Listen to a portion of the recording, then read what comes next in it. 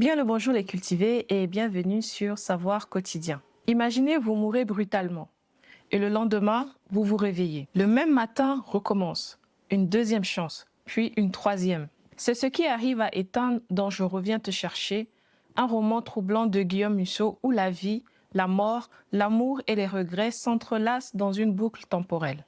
Aujourd'hui, je vous propose de plonger dans l'un des romans les plus intenses et introspectifs de Guillaume Musso. Pour vous présenter un peu le contexte du roman et de l'auteur.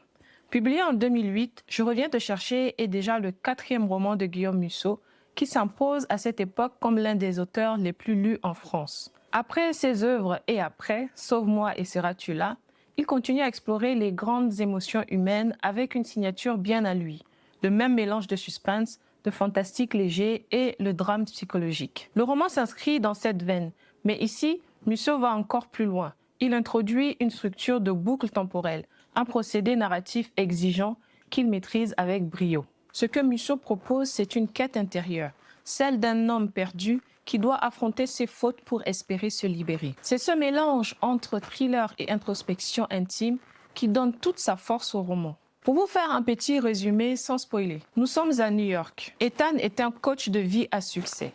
Il gagne très bien sa vie, il passe à la télévision, il donne des conférences motivantes. Bref, il semble avoir tout réussi. Mais la vérité est bien différente. Derrière les sourires et les slogans, Ethan est en chute libre intérieure. Il a perdu l'amour de sa vie, Céline. Il a brisé son lien avec sa meilleure amie Jessie. Il a menti, il a trahi, il a oublié l'essentiel. Et le jour où il doit recevoir un prix prestigieux, tout bascule. Il meurt dans un ascenseur brutalement. Fin de l'histoire, pas du tout. Le lendemain matin, il se réveille dans son lit comme si rien ne s'était passé. C'est le même jour, les mêmes dialogues, les mêmes rencontres. Sauf que lui, il sait qu'il est déjà mort. Pour vous faire un petit résumé sans divulgacher, nous sommes à New York. Ethan est un coach de vie à succès. Il gagne très bien sa vie, il passe à la télévision, il donne des conférences motivantes. Bref, il semble avoir tout réussi. Mais la vérité est bien différente. Derrière les sourires et les slogans, Ethan est en chute libre intérieure. Il a perdu l'amour de sa vie, Céline. Il a brisé son lien avec sa meilleure amie Jessie. Il a menti, il a trahi, il a oublié l'essentiel. Et le jour où il doit recevoir un prix prestigieux, tout bascule. Il meurt dans un ascenseur brutalement. Fin de l'histoire? Pas du tout. Le lendemain, il se réveille dans son lit comme si rien ne s'était passé. C'est le même jour, les mêmes dialogues, les mêmes rencontres. Sauf que lui, il sait qu'il est déjà mort. Et cela recommence encore et encore. À chaque nouvelle itération de cette journée, Ethan va devoir faire des choix différents, affronter son passé, réparer ce qui peut l'être. Mais jusqu'à quand? Et que doit-il vraiment comprendre pour sortir de cette boucle? Reviens te chercher aborde des thèmes puissants d'une manière à la fois accessible et bouleversante. Premièrement, le sujet de la deuxième chance. Que ferions-nous si nous pouvions recommencer une journée? Dirions-nous ce qu'on n'a jamais osé dire? Pardonnerions-nous ou referions-nous les mêmes erreurs? Musso nous invite ici à une réflexion intime sur le poids des choix, sur la possibilité ou non de réécrire sa propre histoire.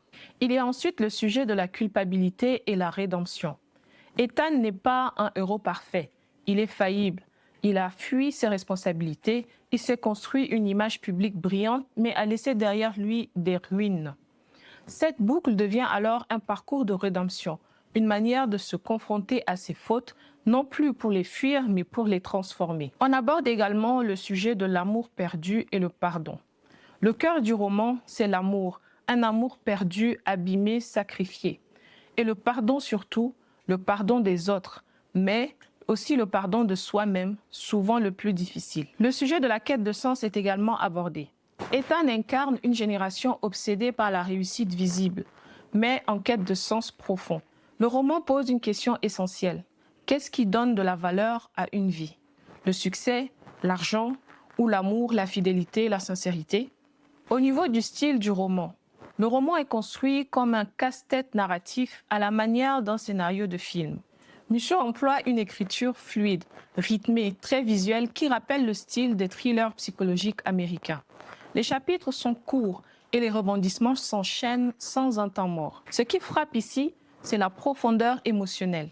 Chaque boucle que vit Ethan est une leçon, Il comprend un peu plus à chaque fois ce qu'il doit changer, ce qu'il doit affronter. Le suspense est doublé d'une quête philosophique, celle de la vérité, du sens, de la paix intérieure. Pour vous donner un peu mon avis, Je reviens te chercher est peut-être l'un des romans les plus forts de Guillaume Musso. Il parle à tous ceux qui ont un jour regretté une parole, une rupture, un silence. Il ne s'agit pas simplement de vivre une aventure haletante, mais de réfléchir à nos propres choix, à ce qu'on ferait si on avait une seconde chance. À sa sortie, le roman a été bien accueilli par le public.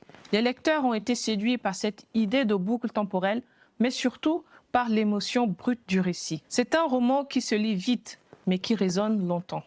En conclusion, Je reviens te chercher, c'est une leçon de vie sous forme de roman. Une histoire qui nous pousse à nous demander si aujourd'hui devait recommencer, que changerions-nous? À qui tendrions-nous la main? Qui appellerions-nous pour dire « je suis désolé » ou « je t'aime ». Dites-moi en commentaire si ce roman vous a marqué et s'il vous a fait réfléchir. Ou si vous êtes tenté de le découvrir, il vous attend. Je vous dis à bientôt sur Savoir Quotidien. En attendant, prenez soin de vous.